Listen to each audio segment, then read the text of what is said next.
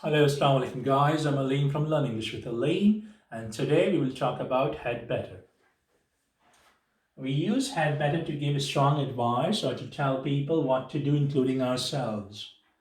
It refers to the immediate future and it is more urgent than should or ought. And we don't use it in polite request. तो had better और should दोनों ही advice के लिए इस्तेमाल किए जाते हैं, लेकिन जो should है आप कह सकते हैं वो जो एडवाइस दी जाती है शुड के थ्रू वो इतनी अर्जेंट नहीं होती। ओके, आपको किसी को कहना चाहते हैं, कुछ चीज़ समझाएंगे, कुछ चीज़ें बताएंगे, लेकिन वो अर्जेंट ज़्यादा नहीं होती। आप उनसे बोलेंगे फ्यूचर में कर लेंगे, लेकिन अर्जेंसी नहीं होती इतनी। लेकिन हैड बेटर के साथ first of all it's very urgent advice, and the second thing, अगर आपने वो चीज़ नहीं करते हैं तो उसके कॉन्सिक्वेंसेस आपको बर्दाश्त करना पड़ेंगे। अब चेक करते हैं फॉर्मूला शुड का कैसे होता है। अच्छा, इसमें एडवाइस देनी है किसी को तो आप कह सकते हैं, लेट्स सपोज कि अगर आपके दोस्त, let's suppose you have a friend and he is bad at reading, okay, he always fails his exam because he's bad at reading, or you can say he's bad at English, okay।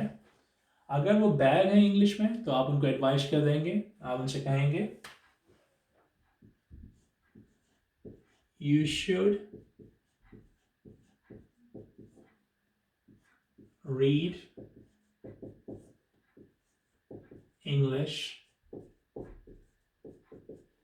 books, okay. अगर आपके दोस्त English में bad हैं तो आप उनको advice क्या दे सकते हैं, आप उनसे कह सकते हैं you should read English books, आपको इंग्लिश बुक्स पढ़नी चाहिए, इंग्लिश बुक्स पढ़ें आप, ओके। अगर उनकी क्या नाम है आपने एडवाइस देनी है, ये बात याद रखिएगा। अच्छा, वो अगर वो नहीं करते तो कोई मसला नहीं है, ये कोई इमीडिएट आपने एक एडवाइस दे दी है, इसका रिएक्शन जो है इमीडिएट नहीं होगा, सही है। अब यहाँ पर वो इंग्लिश में बैड थे, सही है, तो आपने उनको advice the you should read English books. अगर कोई आपसे कहे इसी तरीके से कि क्या नाम है, कोई और सेंटेंस हम बना लेते हैं,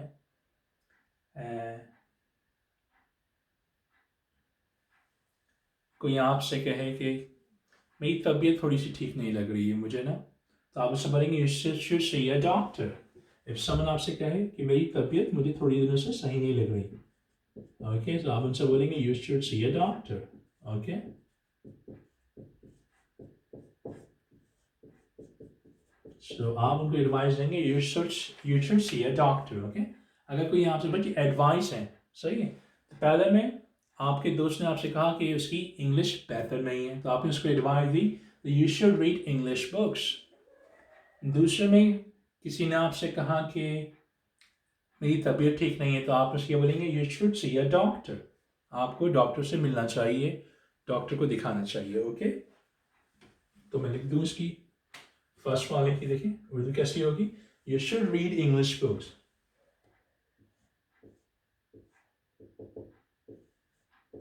आपको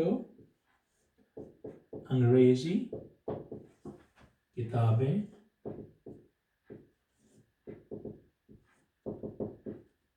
पढ़ना चाहिए,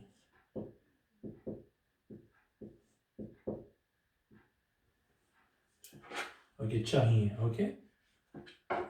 तो यहाँ पर आप उसको कैसे बता रहे हैं, अगर कोई आपसे पूछे तो आपने एडवाइस देंगे you should read English books, आपको अंग्रेजी किताबें पढ़ना चाहिए, आपने उसको एक एडवाइस दे दी। दूसरे में you should see a doctor, तुमको डॉक्टर के पास जाना चाहिए, ओके।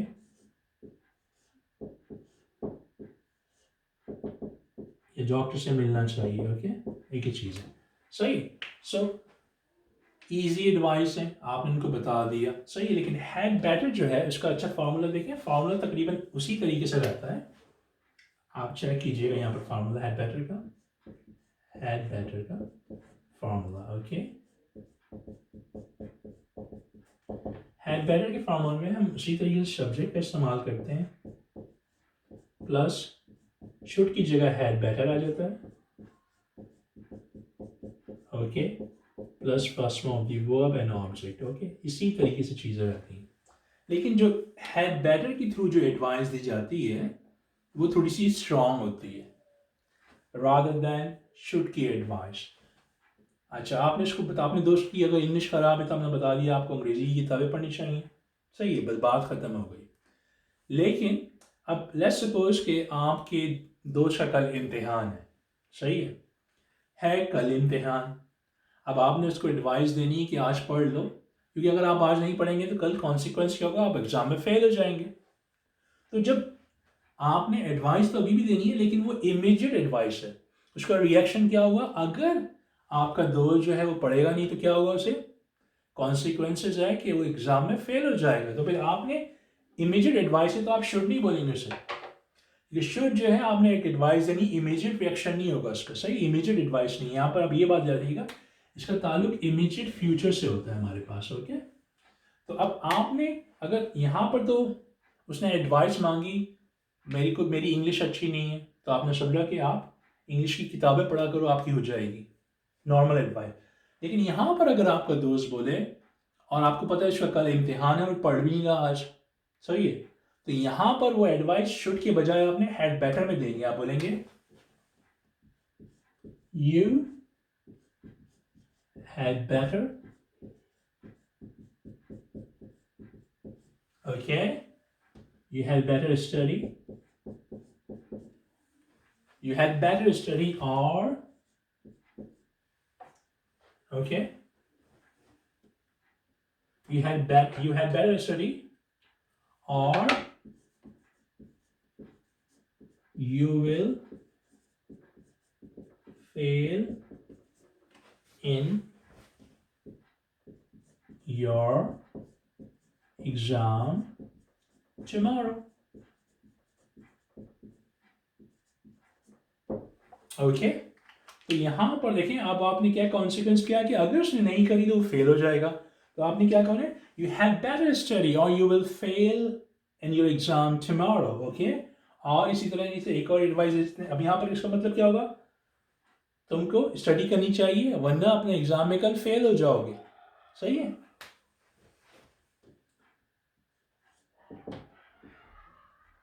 तुम बेहतर अभी पढ़ लो वरना कल के इम्तिहान में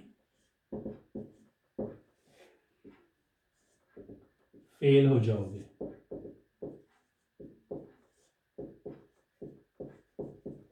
okay, so you had better study, okay, और आप नाउ लगा सकते हैं, अब you had better study now और you will fail in your exam tomorrow. Okay, so तो बेहतर है अभी पढ़ लो वरना कल के इम्तिहान में फेल हो जाओगे। इसी तरीके से आप एक और सेंटेंस बना सकते हैं, हम ये कह सकते हैं, अच्छा इसका लिखा इमीडिएट रिएक्शन हो रहा है, इसका ताल्लुक इमीडिएट फ्यूचर से। अच्छा, आप किसी को ये नहीं कह रहे कि आप ये चीज़ कर लीजिएगा, बोल रहे हैं कि अगर आपने नहीं करी तो उसका कॉन्सिक्वेंस है, you had better. Let's suppose हम ये कह सकते हैं कि 11 बज रहे हैं, रात के 10 बज रहे हैं, तो मैंने अपने दोस्त को बोला we should go home now. Okay, we should go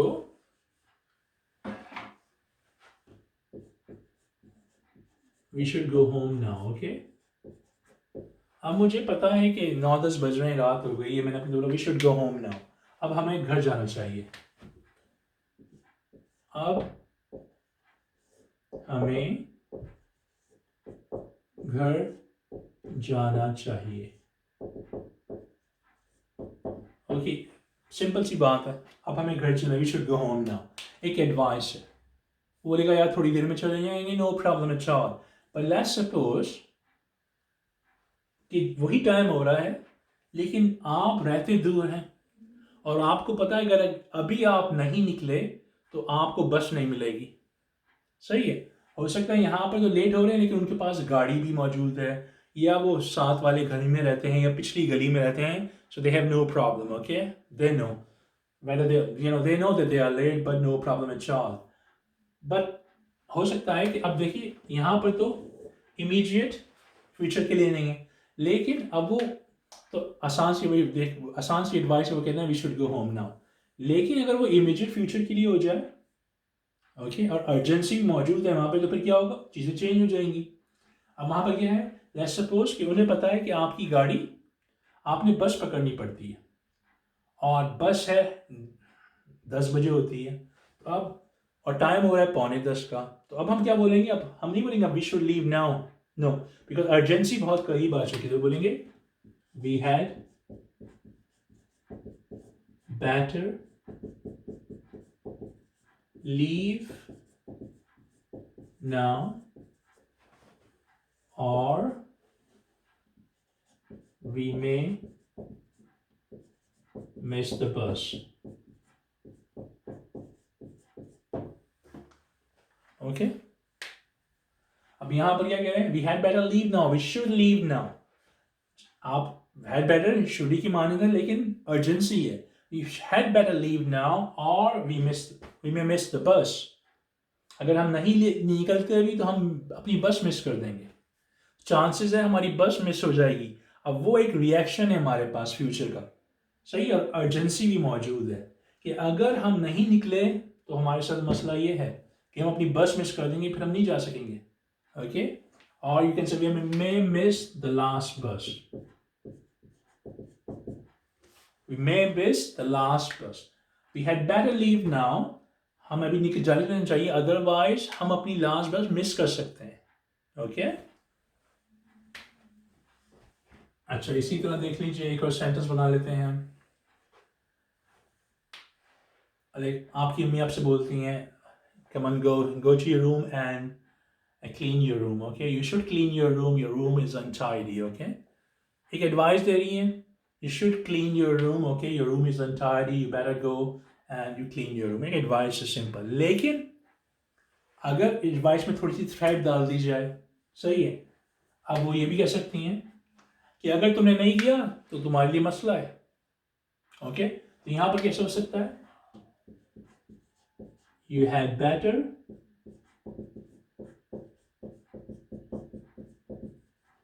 clean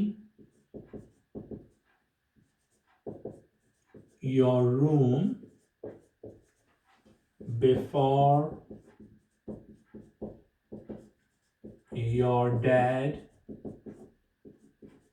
comes home. Okay, so यहाँ पर थ्रेड दिलवा रही है, you had better clean your room before your dad comes home, because if you don't, your dad will be mad at you. Okay, तो यहाँ पर तो एक एडवाइस दी जा रही है, पहले एडवाइस दी गई you had better, okay, आपसे अम्मी एडवाइस देना चाह रही है, बोल देंगी okay Aleem, you know, you should clean your room darling, you haven't cleaned your room in the last 2 weeks, so you better go, you know, you should clean your room. Okay, advice दी गई है, simple सी advice, कोई threat नहीं है।